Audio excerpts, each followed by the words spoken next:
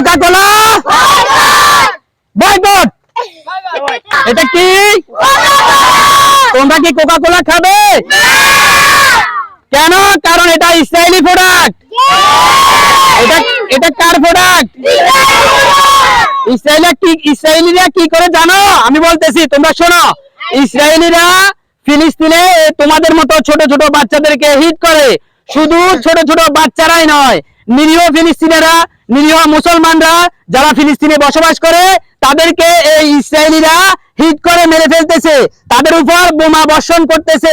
তোমরা কি এই ইসরায়েলি প্রোডাক্ট খাবে? আমরা সবাই ইসরায়েলি প্রোডাক্ট বয়কট করতে চাই। সুতরাং এই কোকা কোলা বয়কট। এবং কি শুধুমাত্র কোকা কোলাই নয়, ইসরায়েলের আরো অসংখ্য প্রোডাক্ট আমাদের বাংলাদেশে রয়েছে। প্রত্যেকটা ঘরে ঘরে মানুষ না জেনে বুঝে খাচ্ছে। ইসরায়েলিরা আমাদের বাঙালিদেরকে, বাঙালি মুসলিমদের কাছে এই প্রোডাক্টগুলা বিক্রি করে তারা ধনী হচ্ছে, এবং কি এই টাকাগুলা দিয়ে তারা বোমা কিনছে। আমাদের নিরীহ ফিলিস্তিনি মুসলমান ভাই বোন এবং নরনারী শিশু, তোমাদের মতো ছোট ছোট নিরীহ বাচ্চাদেরকে তারা বোমা মেরে ফেলতেছে। সুতরাং আমরা কি কোকা কোলা খাবো?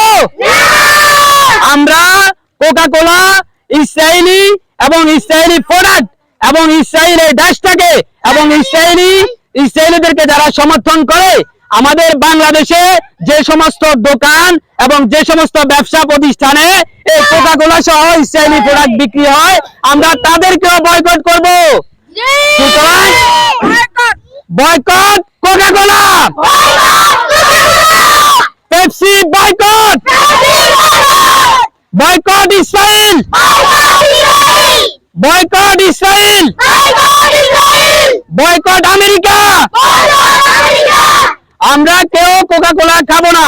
এবং কি ইসরায়েলরা যে সমস্ত কোম্পানির সাথে জড়িত রয়েছে এবং বাংলাদেশে যে সমস্ত প্রসাধনী সামগ্রী বিক্রি করে ইসরায়েল, তার মধ্যে আমাদের লিভার ব্রাদার্স অর্থাৎ ইউনিলিভার বাংলাদেশ যে সমস্ত প্রসাধনী সামগ্রী বিক্রি করছে, আমরা সেগুলোও বয়কট করব।